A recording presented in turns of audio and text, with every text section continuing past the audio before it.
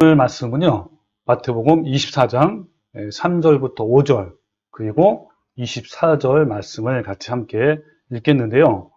24절부터는 함께 읽고 앞에는 제가 읽겠습니다. 주의 임하심과 세상 끝에는 무슨 징조가 있사오리까? 예수께서 대답하여 이르시되 너희가 사람의 미혹을 받지 않도록 주의하라. 많은 사람이 내 이름으로 와서 이르되 나는 그리스도라 하여 많은 사람을 미혹하리라. 시작. 거짓 그리스도들과 거짓 선지자들이 일어나 큰 표적과 기사를 보여 할 수만 있으면 택하신 자들도 미혹하리라. 아멘. 자, 오늘 이 말씀 가지고 예수님이 마지막 때 어떤 일이 있느냐라는 말씀을 가지고 오늘 나눔을 할 건데, 주제의 말씀을 제가 고민을 하다가 이렇게 지었습니다. 미혹하는 거짓 종교꾼들이라는 제목으로 오늘 말씀을 함께 나눠보겠습니다. 지난주까지 11번째로 11서 11장 믿음의 선진들과 또 마태복음 23장 종교꾼들에 대한 말씀을 서로 비교하고 분석하고 대비하면서 우리가 어떤 삶을 살아야 되는가라는 부분을 알아봤습니다. 왜냐하면 그 올바른 신앙을 정립하는데 정말 너무너무 필요하고, 또 그래서 여러분들이 아마 많은 도움이 됐을 것이라 생각이 드는데, 이번 주부터 새롭게 시작되는 설교의 큰 주제가 아까 잠깐 읽진 않았는데 뭐였냐면 빗나간 내 신앙 바로 세우기. 이게 큰 주제예요. 자, 이걸로 이제 바뀌었는데요. 근데 처음에는 지난 주제와 좀 비슷하게 이어가려고 하는 거예요. 그래서 몇 번 정도는 현재 한국 교회의 빗나간 복음과 진리가 무엇인지 알아보려고 합니다. 그래서 제가 옛날에 4년 전에 그 유튜브 방송으로만 나갔던 메시지가 몇 개 있어요. 뭐 예를 들면 칼빈주의 예정론이라든지 또는 은사주의 신사도 운동, 또 한 번 보는 영원한가 등등, 뭐 이런 것들도 한번 다시 정리하면서 같이 함께 주일날 한번 메시지로 선포하려고 하고요. 특히 요즘에 이제 칼빈주의 예정론에 대해서는 제가 이제 신학교에서 강의를 이제 주제로 하고 있는데, 그 강의를 준비하면서 예전 거보다 더 이렇게 좋은 내용으로 변화가 되었고, 또 그래서 아마 더 유익할 것이라 생각이 됩니다. 그래서 올바른 진리를 구별하는데 좋은 기회가 될 것 같아요. 그리고 또 이어서 로마서 강의를 제가 유튜브 방송으로만 6장까지 진행을 하다가 멈췄어요. 그래서 멈췄는데 이 로마서 강의도 그 다음에 계속 이어가려고 하는 거예요. 로마서는 여러분 잘 아시겠지만 구원의 과정을 아주 세밀하게 잘 이렇게 구분되어 있기 때문에 정말 이 거짓 복음과 참 진리를 구별하는데 정말 많은 도움이 되는 그런 성경이 바로 로마서예요. 그래서 이런 순서로 이제 주일 일부 예배에서 이제 진행이 되는데, 아마 적어도 1년 이상, 많게는 아마 2년까지 갈 것으로 생각이 돼요. 그리고 2부 예배에서는 한 달에 이제 2번은 제가 요한계시록 강의를 하고요. 또 나머지 2번은 지하교회를 준비하라라는 큰 주제로 우리 교회 성도들이 돌아가면서 메시지를 전하려고 합니다. 자, 이렇게 투트랙이 뭔지 알죠? 투트랙으로 이렇게 말씀이 선포되면요, 마지막 환란을 준비하는데 좋은 길잡이가 될 것으로 생각이 됩니다. 오늘 본문 말씀 24장에 예수님이 뭐라 그러냐면 마지막 때 가장 주의할 것이, 가장 첫 번째 뭐라 그러냐면 거짓 진리에 미혹되지 말라 라는 것이요. 이것이 얼마나 중요한지 무려 6번씩이나 미혹하지 말라라고 강조하고 있어요. 그 두 번째로 강조하신 말씀이 뭐냐면 근신하여 깨어있으라 라는 말씀이에요. 자, 이런 의미에서 이 두 가지 큰 주제, 우리가 메시지를 매주마다 선포가 된다면 아마 큰 의미가 있다고 생각합니다. 자, 그럼 오늘 본문 말씀부터 한번 돌아가 봅시다. 자, 오늘 24장을 한마디로 하면 종말의 장이라고 불러요. 그래서 여기 나오죠. 주의 임하심과 세상 겉에는 무슨 징조가 있습니까? 라고 이제 제자들이 질문을 했을 때 예수님이 대답하시는 말씀이 쭉 끝에까지 이어져요. 네, 근데 예수님이 첫 번째로 하신 말씀이 바로 뭐였냐면, 너희가 사람의 미혹을 받지 않도록 주의하라. 라고 하면서 많은 사람이 내 이름으로 와서 이르되 나는 그리스도라. 이러면서 많은 사람을 미혹한단 말이에요. 나를 따르라. 내가 전하는 말씀을 따라라. 우리 교회에 나오라. 뭐 이런 식으로 하겠죠. 예, 그리고 또 끝에 24절, 아주 끝은 아니지만 중간쯤에 뭐라냐면, 거짓 그리스도들과 거짓 선자들이 일어나 큰 표적과 기사를 보여 할 수만 있으면 택하신 자들도 미혹한다 그랬어요. 이거는 그냥 일반 사람도 아니고 또 교회 열심히 나가는 사람도 아니고 어떤 사람들이에요? 택하신 자들도 미혹한대요. 여러분 택하다는 뭐냐면 여기서 에클렉토스라는데 제가 여러 번 제가 이 부분을 다뤘습니다.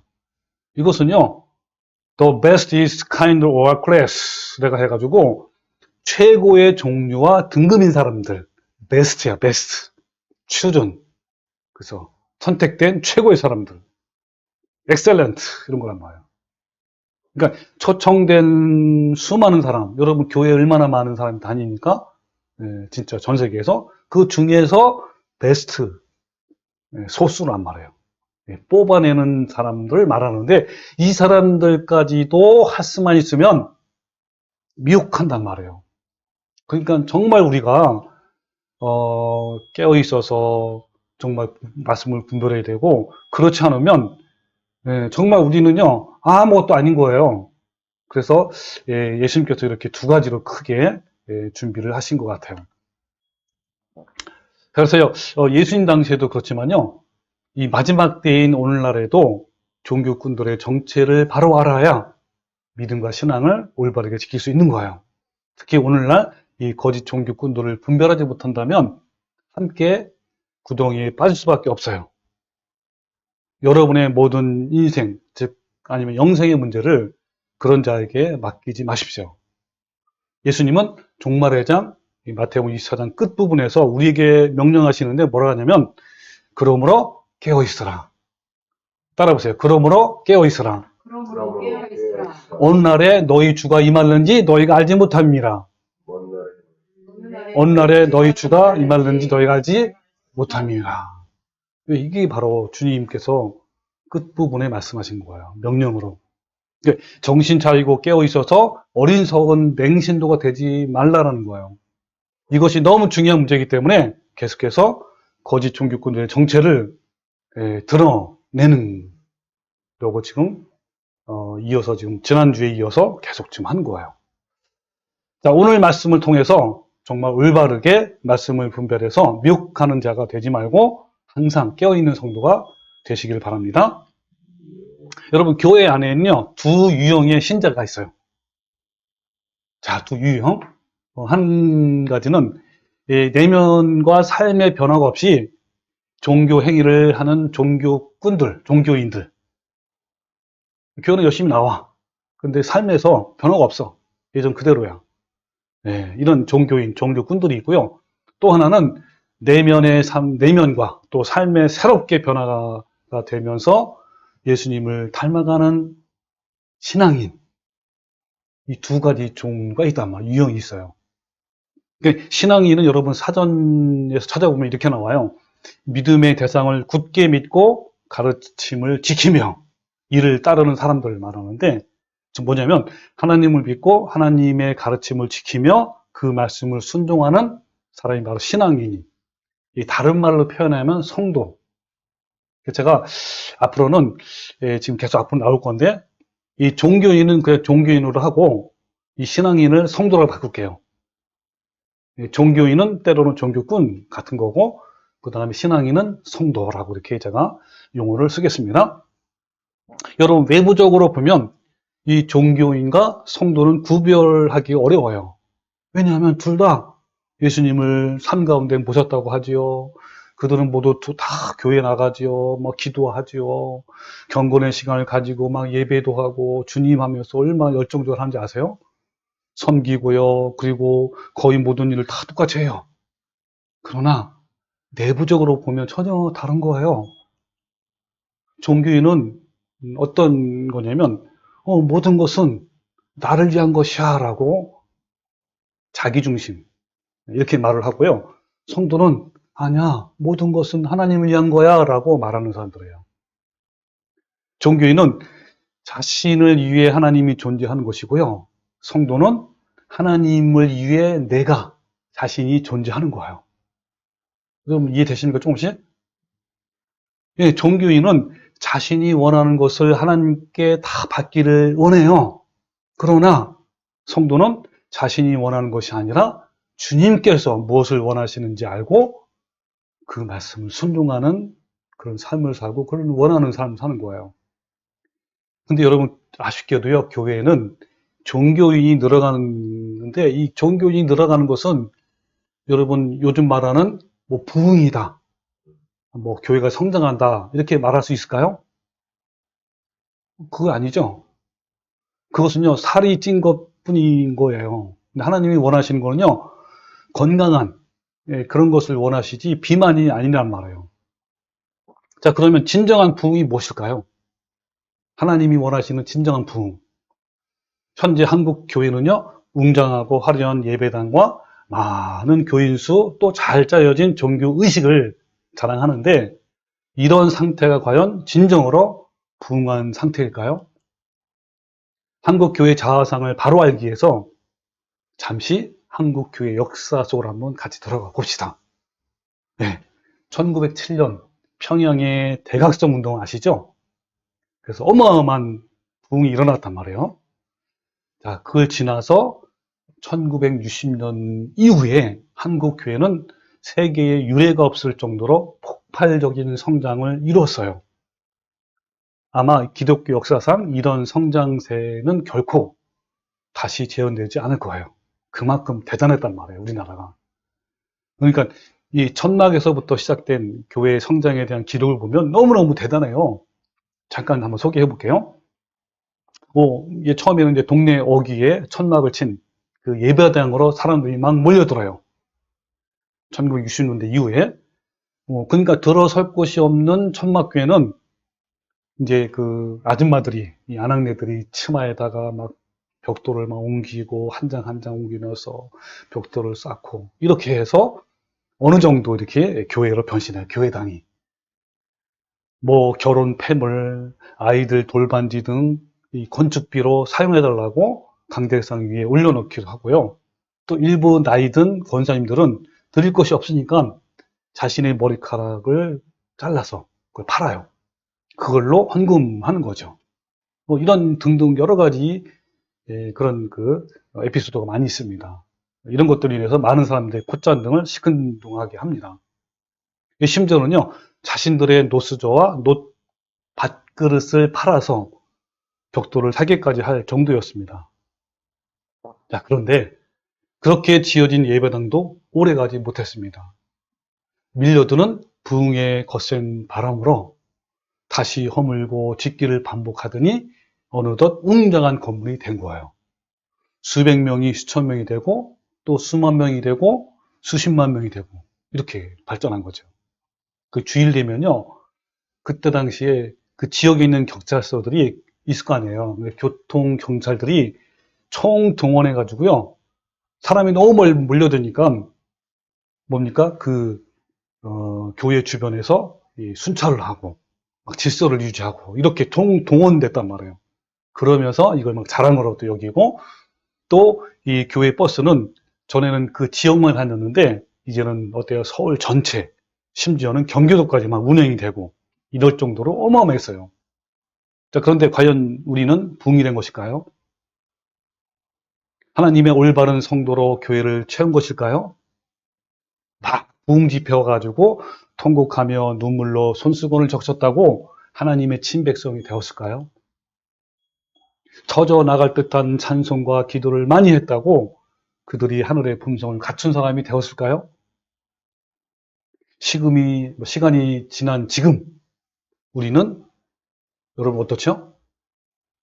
정말 추한 기독교의 기독교를 목도할 수 있죠.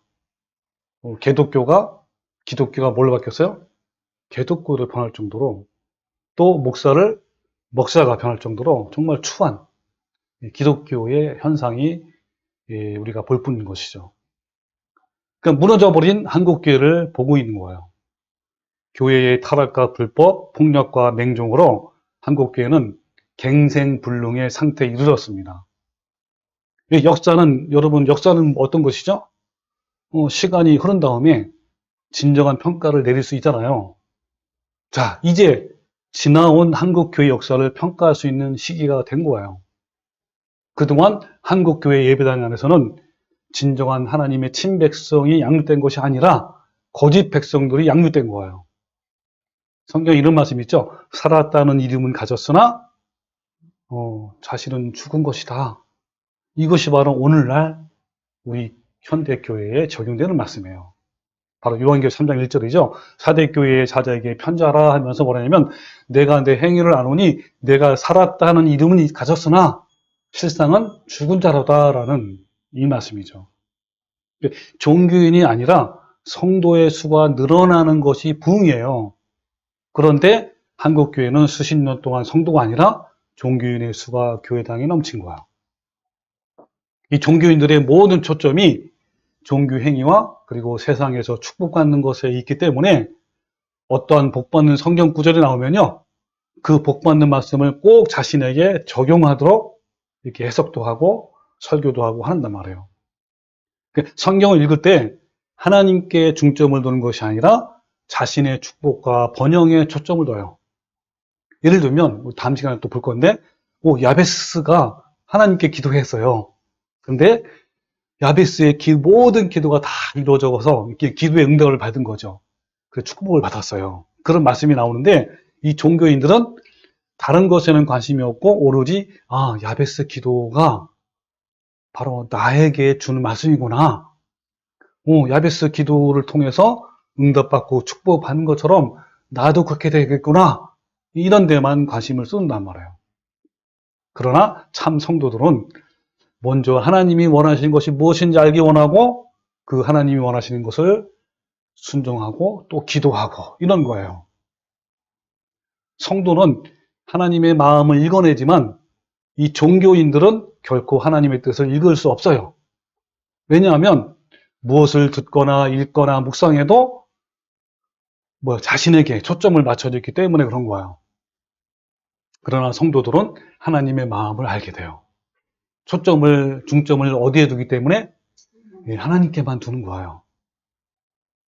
그래서 여러분 그 종교인들의 관심이 어떤 것들이 많냐면 이런 것들이 많아요. 그러니까 무슨 말이냐면 이 종교인들은 이제 교회에 오면 막 얘기를 서로 하잖아요. 막 자매끼리 막 모여서 얘기하고 성도끼리 남자끼리 얘기하고 막 그러는데 어떤 대화를 즐기냐면 이런 것들이에요. 아니 하나님께서 어떻게 형제님 또는 자매님에게 이런 큰 축복을 주셨나요? 예를 들면 이제 집에 어떤 경사가 났단 말이에요. 예를 들면 그러면 이렇게 질문하는 거야. 아니 어떻게 형제님 또는 자매님의 질병을 고치셨나요?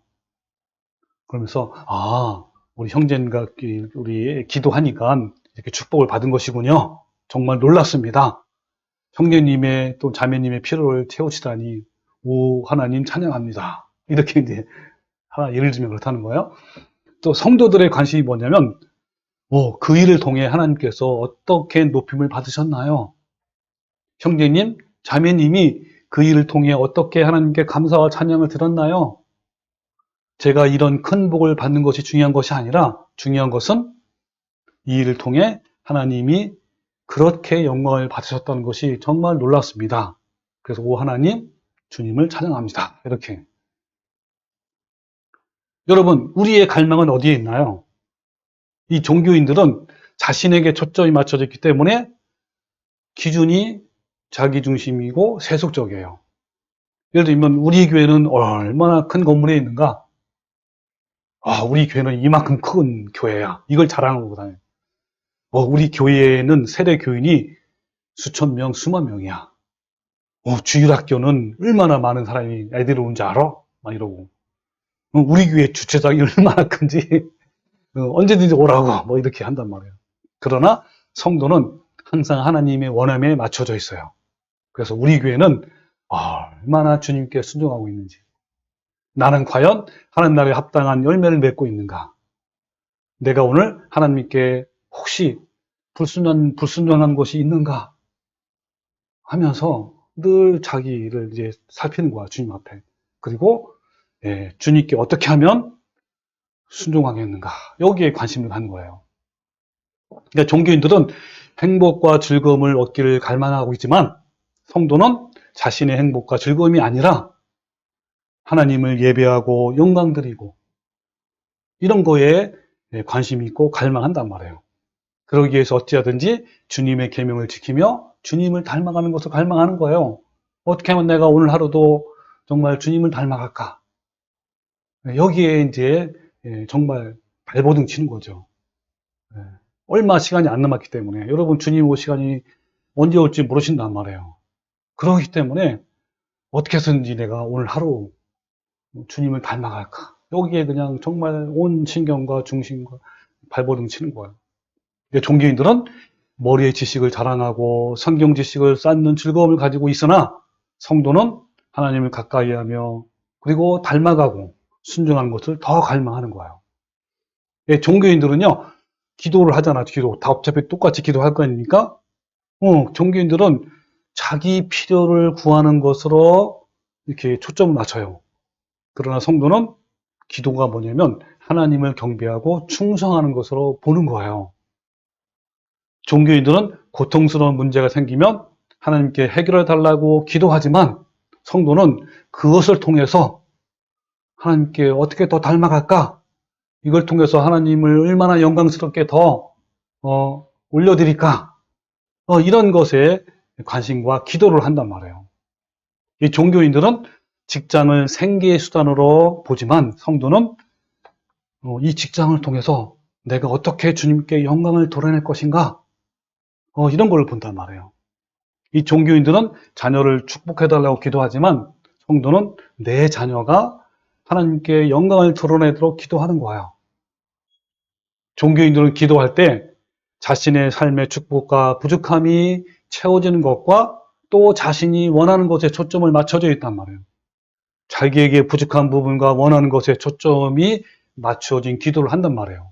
그래서 그들의 기도는 늘 저를, 저에게, 저희, 제가, 이런 식으로.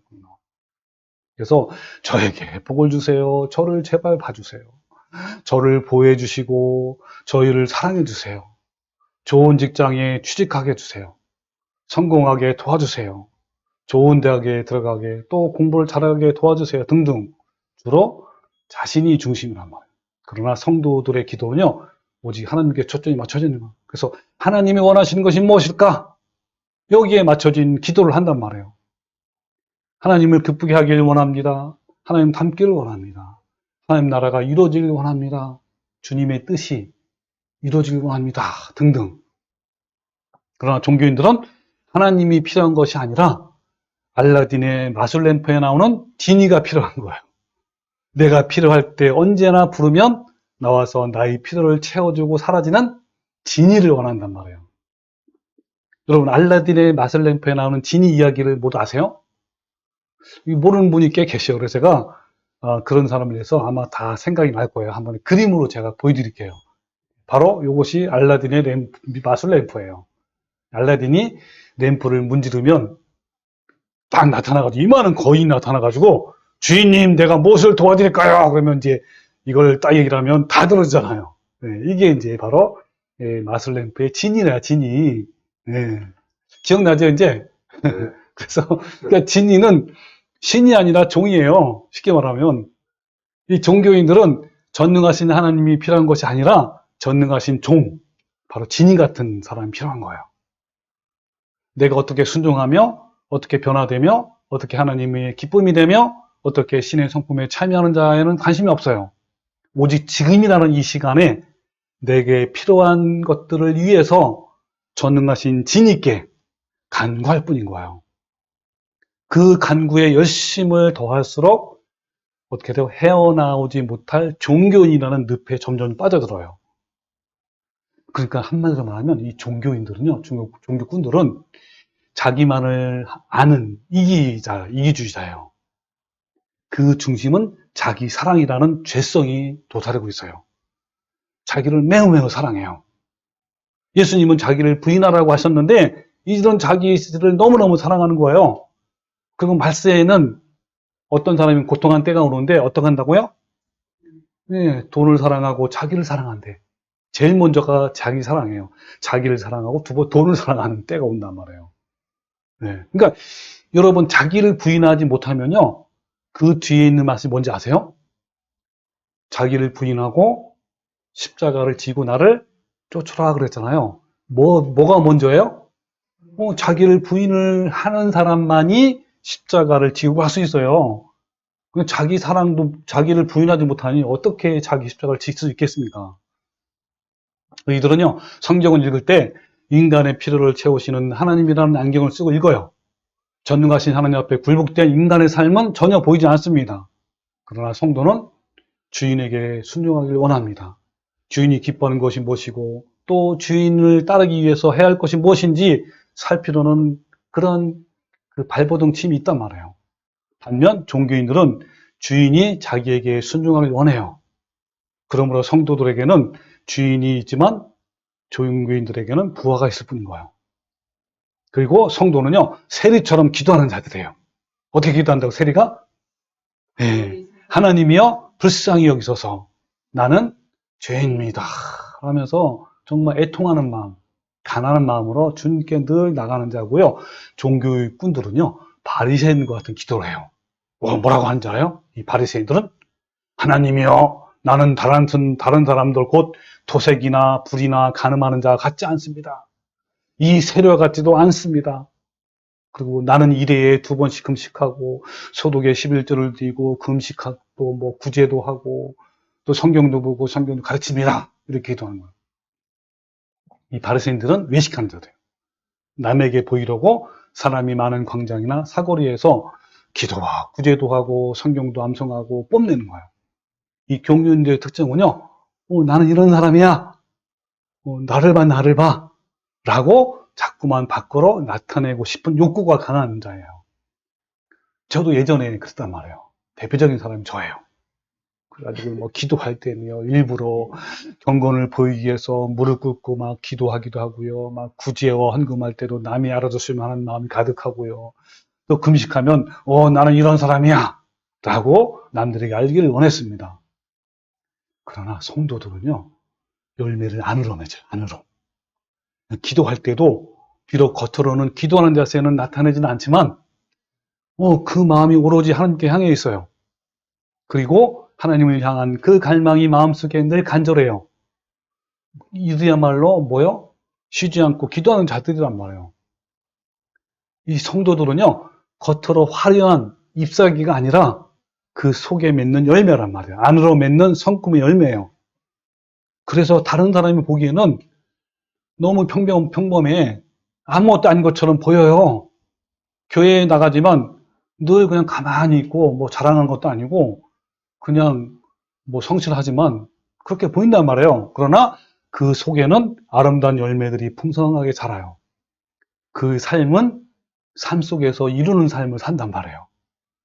죄악을 이기고 유혹을 이기고 그리고 뭐 주님의 사랑 15가지의 성품을 이루는 삶을 산단 말이에요. 이런 사람들이 바로 진정한 성도란 말이에요. 여러분은 누구를 위한 신앙인가요? 신앙의 중심은 누구입니까? 내가 하나님을 믿는 것입니까? 아니면 하나님이 나를 믿어주시는 것입니까? 나를 위한 신앙입니까? 아니면 하나님을 위한 신앙입니까? 종교인들은요, 자기를 위해서 하나님을 믿어요. 그들은 결코 그렇게 말하거나 인정은 하진 않지만 실제로 신앙의 중심이 자기예요. 그것은요, 그의 삶을 통해서 얼마든지 우리가 알 수 있고 또 그것이 증거예요. 종교인들은요, 신앙으로 무엇을 얻을 수 있기를 바라지만 하늘 아버지 영광을 드러낼 생각은 하지 않습니다. 그런 고민이 그에게 없어요. 여러분은 지금 무엇을 고민하고 있는가요? 현재 자신이 무엇 때문에 고민하고 있는지 살펴보면 자신이 종교인인지 성도인지를 알 수가 있어요. 나의 신앙의 초점은 어디에 있습니까? 자신을 위함에서 있어요? 아니면 하나님을 위함에 있습니까? 만약 자신을 위함이라면 여러분은 아직 종교인이라는 거예요. 나를 위한 천국과 나를 위한 하나님이 아니라 하나님을 위한 천국이며 하나님을 위해서 나 자신이 존재하는 것이에요. 여러분의 기도가 바뀌는 순간 비로소 성도의 길로 접어들 그런 거라요. 오늘날 한국교회는요, 부흥은 했지만 대부분 종교인들로 가득 채웠고 그들의 기도는 빗나간 것이기 때문에 하나님과 상관이 없어요. 그래서 하나님께서 뭐라 하냐면 예수님이 말씀하셨죠? 마태복음 6장 7절에 너희가 기도할 때에 이방인같이 중언부응하지 말라. 그들은 말을 많이 하여 들을 줄 생각한다 라고 말씀하셨는데 한국 이 교인들은요, 더 세게, 더 많이, 더 여러 번 반복해서 기도하는 거예요. 새벽부터 금식 기도까지 되풀이하면서 오로지 자기 문제와 자기 필요를 위해서 기도한단 말이에요. 또 하나님이 예수님이 뭐라 했죠? 그들을 본받지 말라. 구하기 전에 너에게 있어야 할 것을 하나님이 너희 아버지께서 다 아시린다 라고 하셨고 또 너희는 먼저 그의 나라와 그 일을 구하라. 그리하면 이 모든 것을 너에게 더하시다라고 말씀하셨는데 종교인들은요, 종교꾼들은 그래도 다 이걸 다 무시해. 그래도 자기 문제, 자기 필요, 먹을 거, 입을 거, 물질 축복, 온갖 복을 위해 기도하는 거예요. 이런 한국 특유의 열정적인 기도, 주여 삼창 기도, 방언 기도 등등 이런 기도의 형태는 이 한국만의 특이한 모습이에요. 여러분 60년, 80년대 한국 순복음교회의 폭발적인 부흥의 원천이 무엇인가 알아보기 위해서 외국에서요 수많은 목사들이 한국 교회를 방문했어요. 방문한 결과 뭐인지 아세요? 그들이 답을 찾아서 어떤 답을 찾았게요? 뭡니까? 그들이 한국 교회의 부흥의 원천이 뭐였냐면 뜨거운 기도는 통성기도 이것을 발견한 거예요. 주여 근데 그 기도의 시작을 뭘로 시작해요? 주여 삼창 기도를 시작하면서 통성기도 하는 거예요. 그러니까 어때요? 전 세계적으로 퍼져나갔어요. 이 주여 삼창 기도가. 실제로 외국에서 주여 삼창 기도를 할 때 자기 나라 말로 하는 게 아니에요. 그러니까 영어로 하면 뭐야? 덜러도 할 거 아니에요. 그것이 아니라 한국말로 하는 거예요. 주여, 주여, 주여라고 외친 다음에 그 다음부터는 자기 나라 말로 하겠죠. 이렇게 한다고 하는 거예요.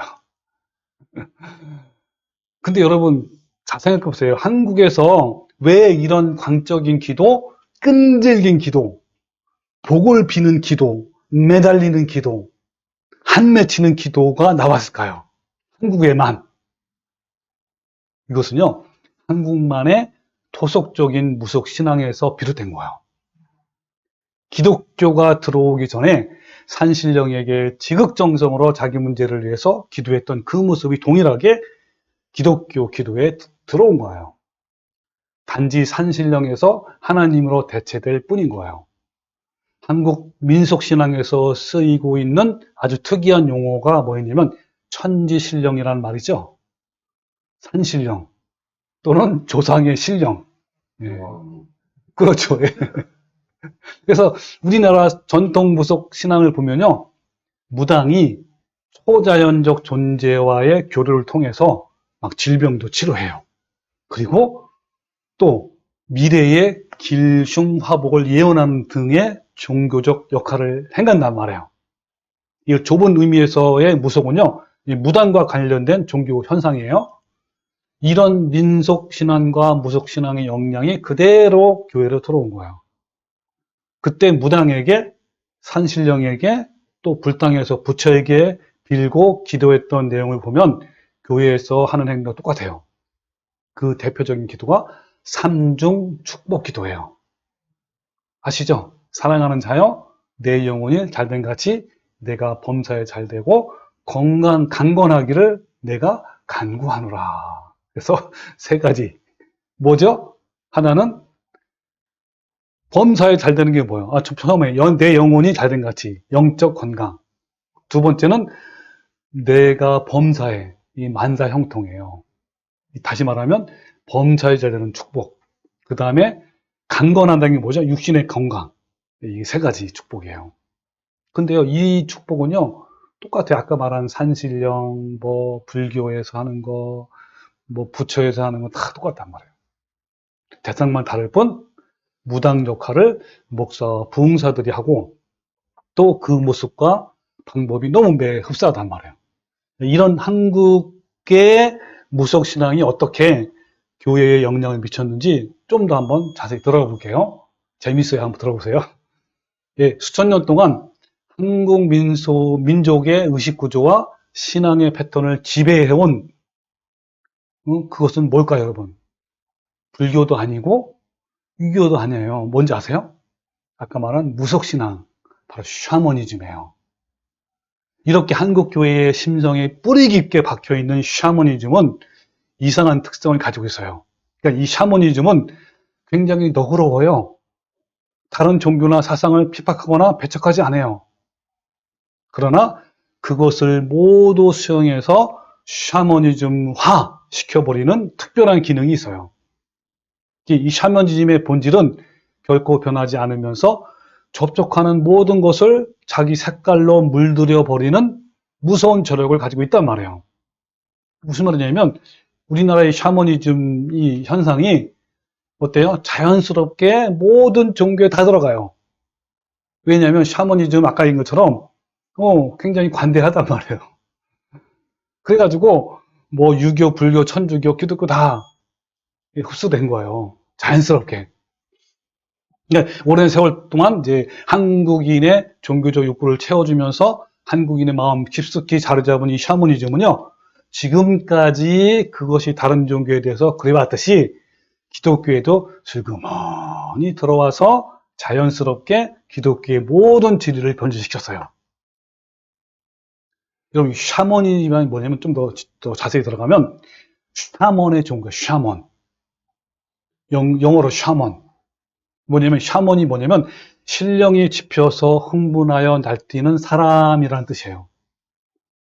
쉽게 말하면 신들린 사람 이런 거예요. 이 사람들은 이 샤먼이 병든 사람을 고치고 또 저 세상과 의사소통을 하는 능력을 지녔다고 믿어요. 성경에는 대표적인 게 뭐냐면 그 신접한 여인이 나오죠. 하나님을 불신하는 사울왕이 신접한 여인에 찾아가서 죽은 그 사무엘의 영혼을 부르는 그 일종의 귀신의 체험을, 그게 이제 한국의 무당과 비슷한 거예요. 그런 것들이. 일단 대중에게 이 종교적 신비 체험을 가진 강신무로 인정이 되면 그 권위는요, 신만큼이나 절대적이어서 가정의 대소사나 또 마을 행사에서 절대적인 권위를 가졌어요. 강신무. 여러분, 무당에도요, 강신무가 있고 세순무 두 가지가 있어요. 이 강신무는, 강신무당이에요, 강신무당. 이 강신무는, 신내림을 받는 거야, 신내림. 세습된 그런 무당이 아니라 직접 신내림을 받아가지고 이제 무당이 된 사람이에요. 자, 첫 번째는 신에 대한 의식이 강하고 개인의 신당이 있어야 돼요. 또 구슬을 할 때 타악기와 빠른 도무를 막 춤추는 거죠. 도무를 통해서 엑스터시에 몰입하는 그런 신내림이 있어야 하고 신으로서 역할을 하는 거예요. 이거 뭐냐면 신병이란 게 뭐냐면 신들렸다. 그 다음에 신이 붙었다. 신이 집혔다. 이런 뜻이에요. 이런 신병을 통해서 무당이 되고요. 영역뿐만 아니라 개인 능력과 예술적 소양도 있어야 돼요. 춤을 잘 춘다든지 뭐 이런 것들, 말도 잘해야 되고, 또 구대에서는 신의 뜻을 알아내는 특별한 방법과 능력을 지닌 점에서 아까 세습무당과 구별이 되는 무당이 강신무. 자, 근데 이런 샤머니즘이 어떤 형태로 기독교에 들어왔는지 아세요? 자, 지금부터 한번 잘 비교해 보세요. 예, 그건 바로 뭐냐면 은사주의와 신사도 운동을 하는 교회들로부터 한국 교회를 빠르게 점령해 왔어요. 여러분, 일반 그 은사주의에는 어떤 얘기 나오냐면 성령을 충만히 받았다, 성령으로 거듭났다, 성령으로 세례받았다, 뭐 이런 것들이 있는데, 이것들은 뭘 말하냐면 성령의 인도하심으로 하나님의 말씀에 절대 순종하고 자아가 십자가에 못 박음으로 성령의 열매를 맺는 것이 바로 성령 충만함이에요. 그런데 한국교회에서는 성령을 받는다라는 것이 마치 막 입신해가지고 엑스터시가 뭐냐면 신비체험, 황홀경, 무아지경 이런 걸 말해요. 이런 걸로 오해한단 말이에요. 자, 엑스터시를 제가 사전에 찾아봤는데 이런 내용이에요. 의식이 전체 또는 부분적으로 정지돼요. 그리고 자아가 하나님의 영에 의해 인도되며 지배받는 정신 상태를 엑스터시라고 불러요. 일종의 이걸 입신이라고, 입신. 아까 말한 대로 뭐 신비하고 황홀경에 빠지고 무아지경에 빠지는 것이 바로 그런 거란 말이에요. 또한 이 신비 체험이나 방언이 뭐 한다든지 막 쓰러지고 막 몸을 흔들고 이상한 소리를 막 내기도 하고 썩은 이가 금리로 바뀌는 등등 이런 것을 성령의 체험이나 기름 부으심이라고 이렇게 그 사람들은 오해를 하고 있어요. 또한 그런 엑스터시의 체험과 경험이 없는 사람과 특별히 방언을 못하는 사람은 성령 충만함과는 거리가 멀다. 그리고 육적인 사람이다. 이렇게 평가를 하는 거예요. 굉장히 진짜 우려되는 점이죠. 이 샤머니적 이 사고방식은 강신 체험과 엑스터시가 필수적인데 기독교 안에서도 신비 체험과 엑스터시를 지나치게 강조하고 있어요. 그것은 마치 그것이 있어야만 옳은 교회이고 성령 받은 신자가 된 것처럼 생각한단 말이에요. 또한 그것이 성령의 사역과 은사로 오해를 하고 있어요. 그러니 여러분 얼마나 많이 구하겠어요, 그런 것들을. 네, 뭐 방언의 은사, 뭐 무당처럼 점치는 뭐 예언의 은사, 무당처럼 병 고치는 질병의 은사, 이런 것들을 얼마나 구하겠습니까? 저도 옛날에 많이 구했어요. 예언의 은사를 주십시오. 방언을 통하는 은사를 주십시오. 병 고치는 은사를 주십시오. 진짜 막 붙들고 막 이렇게 했단 말이에요. 네. 이 모든 것들을 성령의 은사로 오해하는 거예요. 그러니까 무당의 강신 체험이나 엑스터시와 비슷한 경험의 간증을 해야 교회에서 환영받게 되는 이상한 분들까지 생겨났어요. 오늘 본문 말씀에서도 뭐라 했죠? 할 수만 있으면 택하신 자들도 미혹한다라고 예수님이 말씀했잖아요. 근데 무엇으로 미혹한다고요? 거기 나왔어요. 무엇으로 미혹한다고요? 예, 그렇죠. 큰 표적과 기사를 보여서 미혹한다라고 그랬어요. 그리고 우리 요한계시록에서도 여러분 그 짐승의 표의 환란 때 이 짐승이 뭘로 유혹한다고요? 이적과 기적으로 한단 말이에요. 여러분 사탄의 목적은요 위조된 표적과 기사를 이용해서 미혹한단 말이에요. 그래서 하나님께서 택하신 자들까지도 말씀, 즉 예수님으로부터 벗어나서 방황하게 만든단 말이에요. 한국교회는요 늘 이런 그 성장, 부흥, 교회에서 늘리는 거 이것에 목말라 있어요. 그래서 이런 은사주의는 교회 성장을 위해서 새로운 돌파구이고 대안이 된 거예요. 그러니까 진리의 말씀을 분별해야 할 사명자, 목사가 교회 성장이라는 부담감으로 결국 찾아가는 곳이 어디냐면 은사주의와 신사도 하는 교회를 찾아가요. 그래가지고 한번 이런 신사도 운동에 빠진 목회자들은 빠져나오기가 너무 어려워요. 이 신사도 운동은 말씀 안에서 영적인 깊이와 넓이를 발견하지 못한 채 목말라하는 목회자들을 충동해서 자신이 가장 능력 있는 목회자라는 환상을 심어줘요. 그래서 한국교회는 점점 은사주의를 추구하는 쪽으로 지금 바뀌고 있어요. 정말 아쉽고 안타까운 일이에요. 그러니까 너도 나도 요즘 많은 교회 가면 악기를 막 여러 가지 악기를 다뤄요. 막 이 뭐죠 드럼도 있고 막 기타도 있고 막 이런 데만 하면서 거기에 음악이 막 필수예요. 음악에 빠지고, 방언하고, 막 예언도 하고, 입술 막 쓰러져, 막 병, 슉 하면 쓰러지고, 예? 그리고 금리빨을 바뀌고, 막 금가루가 떨어지고, 이런 것을 안 하면요, 교회가 부흥이 안 돼요. 그러니까 너도 나도 지금 이런 쪽으로 나간단 말이에요. 이 김태근 교수가요, 기독교의 성령 체험을 샤머니즘에서의 20년 현상과 비교해 조사를 해왔는데, 그분의 말씀을 제가 한번 볼게요.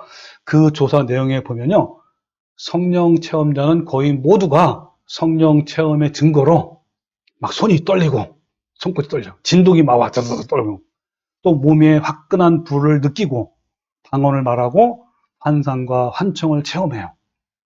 네. 이것은 마치 뭐 같죠? 무속인들이 신내림 받을 때 그렇게 해요. 한국의 교인들은요, 목회자에게 신의 은사가 있어서 병 고치는 능력을 가진 목사를 굉장히 기대해요. 이런 목회자들도 그 기능을 전문적으로 행사하고 싶어 해요. 지금 뭐냐면 성령의 신의 은사를 받기를 매우 원한단 말이에요. 이런 신의 은사를 전도와 교회 부흥의 수단으로 삼는 거예요. 실제로요, 그런 교회는 지금도 마찬가지예요. 순식간에 부흥이 돼요. 너도 나도 몰려와. 그리고 교인들의 그의 욕구를 충족시키기 위해서 안수 기도를 많이 해줘요. 네, 그래서 예를 들면 성령 집회하면 기도해줘요. 교인들한테 일일이 다. 그리고 신의의 은사를 대대적으로 선전하기도 합니다. 소문이 나면 어때요? 너도 나도 안수 받기 위해서, 능력을 받기 위해서, 병을 치유받기 위해서, 복을 받기 위해서 때로 몰려들어요. 예, 저도 옛날에 이런 데만 찾아다녔어요. 이 병의 치료를 하나님께 맡기고 병의 원인이 되는 것을 제거하고 겸손히 그 결과를 기다리는 자세가 아니라 하나님을 강제하여 억지로라도 치유의 기적을 일으키도록 하고 있단 말이에요. 그러니까 밤새도록 새벽 내내 주님 나의 이 질병을 고쳐주세요라고 기도하는 거예요. 그래서 이 신령을 불러내리는 샤머니즘의 의식처럼 목적 달성을 위해서는 하나님을 불러내겠다라는 생각, 이것이 바로 무당 국가 통일이에요. 무당도 굿할 때 신내림이 내려도록 계속 하잖아요. 그냥 그거 똑같단 말이에요.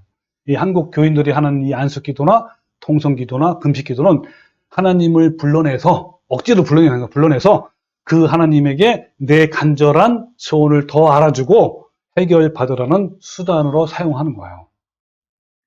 공적 예배에서도 많은 교인들은요, 종교인들은 말씀과 복음 중심의 예배에는 만족을 느끼지 못하고 큰 소리로 막 울고 통성기도하고 막 열광적인 분위기를 유도하는 집회에서만 만족을 느끼고 또 그렇게 한 것이 은혜를 받았다라고 생각하는 거예요. 이 말씀과 복음 중심의 예배는 어쩐지 답답하고 이해하기도 힘든데 반해 열광적인 집회에 참석하면 막 비로소 가슴이 후련하고 막 새로운 힘이 나는 것 같아요. 내가 뭔가 받은 것 같아. 예. 이렇게 해야 부흥이 되는 거, 교회가. 여러분, 우리 깨어있는 교회처럼 이렇게 말씀을 듣고, 말씀을 순종하고, 이런 데 가면은 인기가 없어요. 오지도 않아. 그래서 이것은요, 말씀에 변화시키는 능력에서 만족과 희열을 느끼는 것이 아니라, 열광과 엑스타시, 그리고 큰 소리와 격정적인 그런 분위기 속에서 일종의 샤머니적인 이 카타르시스를 기대하기 때문에 그런 거예요. 여러분, 기도에 대한 샤머니즘의 영향도 마찬가지예요. 사람들은 아까 샤먼, 신내림 받은 무당이에요. 그 엎드려서 자신의 문제를 샤먼이 대신 빌어주기를 간청하잖아요. 샤먼 앞에 그들은 간절히 빌고 또 빌고 또 빌고 하면서 뭘 하는지 아세요? 돈을 10,000원씩 또는 100,000원씩 100,000원씩 때로는요 더 많은 1,000,000원씩 막 쑤셔 넣어요. 이렇게 돈을 내고 또 내고 또 내요. 근데 여러분 부흥이가 하면 어떻게 하는지 아세요? 교회에서도 똑같아요. 네. 얼마나 닮았는지요. 이 카리스마적인 목사, 능력 있는 목사로 인정되면요 사람들은 그 교회에 몰려들어요. 그리고 그는 신비 체험을 하고 병을 고치고 사후세계와 통한다는 소문이 나면 대중들은 그 목사의 신어가 뭔지 알죠? 신적인 언어. 예를 들면 하나님의 음성을, 저 목사님은 하나님의 음성을 듣는 목사님이야. 그리고 저 목사님은 예언도 하고 방언과 방언 토형도 하고 환상도 보고 그래가지고 나의 미래까지 점쳐지는 그 목사야. 이렇게 되면 막 몰려들어요. 왜? 그는요, 신령을 지펴 흥분하고 날뛰는 무당 샤먼처럼 강단을 탁 장악해요. 그의 말 한마디에 신도들은 신기하듯 절대 복종하고요. 그의 앞에 엎드려 자신의 문제를 대신 빌어주기를 간청해요. 신처럼 권위를 가진 무당이 안수해지기를 원하고, 그죠? 원하는 것처럼 그렇게 한단 말이에요. 똑같아요. 네, 빌고 돈을 내고 또 내고. 그래서 여러분 부흥회를 하면요, 이 헌금이 넘쳐 올라나요. 강들 앞에. 네, 그래야만 하나님이 나한테 오늘 아까 샤먼처럼 병도 고쳐지고 축복도 내준단 말이에요. 그래서 여러분 마찬가지로 교회에서도요, 불의 사자, 은사의 종, 신유의 종, 신령한 은사, 썩는 이가 금발로 변하고 점쟁이 같은 척척 예언하는 그러한 불의 사자, 목사 이런 거를 유행이란 말이에요. 이런 능력이 있는 주회종 앞에 재정들이 낸 헌금이 얼마나 많은지 그 헌금으로 교회당은 더 크게 건축되고 그의 명성은 치솟는 거예요. 그래서 종교인들은요, 예배를 드리는 것이 아니라 예배를 보는 것이 되었어요. 그래서 요즘 한국교회에 다음과 같은 말들이 유행해요. 어떤 거냐면 한번 혹시 들어본 적 있나 한번 보세요. 입시 기도회. 요즘 이제 예비고사님 분이죠? 수능고사보잖아요. 그건 이제 입시 기도회예요. 그 다음에 축복 기도회. 그러니까 큰 교회에서는요, 이런 20철만 돌아오면 그런 기도회를 해요. 그래가지고 담임 목사가 막 기도해주고 안수 다 해줘요. 그 다음에 축복 기도회. 그 다음에 신유 부흥회. 신유는 뭔지 아시죠? 특별히 오늘은 병자만 다 오라는 거야. 오늘날은. 이날은. 그냥 너도나도 다 병들지 않은 사람이 누가 있겠어요. 다 오지요. 그래가지고 부흥회 하는 거예요. 예언 치유. 각 사람한테 예언해줘요. 저도 예언 많이 받았어요. 담임 목사가 기도하면 우리 권순현 성도는 앞으로 어떻게 될 것입니다. 다 예언해줘요. 그거를 받기 위해서 다 줄 쫙 서 있어요. 네. 그리고 뭡니까? 재정 축복 성회. 재정 축복을 받으려면 특별한 그런 성회를 해요. 특별한 강사를 모셔와. 예를 들면 김미경인가? 김미진 강사. 유명해요. 그분이 정말 기도를 통해서 어마어마한 부자가 됐어요. 그래가지고 그분이 강사로 오면요, 너도 때로 몰려와요. 자기도 김미진 그 사람처럼 부자가 되겠다고. 그게 이제 뭐냐면 재정 축복 성회 이런 거예요. 그 다음에 성령의 기름 부음 성회, 성령의 기름 부으심, 뭐 안수기도 뭐 이런 것들. 이런 것도 유행한단 말이에요. 저도 이런 집회를 참석하면서 이런 현상을 많이 봤어요. 그런데 저는 이상하게도요, 정말 쓰러지고 싶었어요. 쓰러져가지고 정말 능력을 받고 싶었단 말이에요. 근데 한 번도 쓰러진 적이 없어요. 근데 가짜로 쓰인 적이 있어. 예. 그래서 뭐라면 어때요? 복을 받기 위해서 믿고 질병을 치유하기 위해서 기도하고 물질의 복을 받기 위해서 헌금하고 만사 형통을 위해서 예배 보는 것은 예배가 아니라 바로 샤먼 의식이에요. 이런 말도 있어요. 성령 사역자들에게도요, 능력의 기름 부으심의 종류가 달라요. 즉 무슨 말이냐면 무당도 아까 얘기했죠. 직접 신내림을 받은 강신무당이 있고 부모가 무당이니까 자연스럽게 자녀가 이어받아요. 이 세습무당이에요. 인 것처럼 성령 사역자들의 성령 능력도 두 가지가 있어요. 진짜 성령의 능력의 사역자는 누구냐면 세습 목사가 아닌 거예요. 어때요? 산기도나 음식기도 가가지고 막 기도했어요. 나무 뿌리 잡고 막 저에게 성령을 주십시오. 그래가지고 어느 날 성령을 받은 거예요. 그래가지고 막 병도 고치고 만수기도 해주고, 이런 사역자가 바로 성령 사역자예요. 일종의 신내림 받은 이런 사역자가 진짜 능력이 있다는 거예요. 근데 여러분 무당에도 세습무당과 강신무당 중에 누가 더 인기가 많죠? 강신무당 인기 많아요. 전설이, 그 사람들의 전설이 있어, 전설. 마찬가지로 똑같아요. 여러분, 누가 이 성령 부흥 집회하면 누가 더 많이 온지 아세요? 강력하게 성령 능력의 기름 부음 받은 사람이 성령 집회한다 그러면 다 몰려온단 말이에요.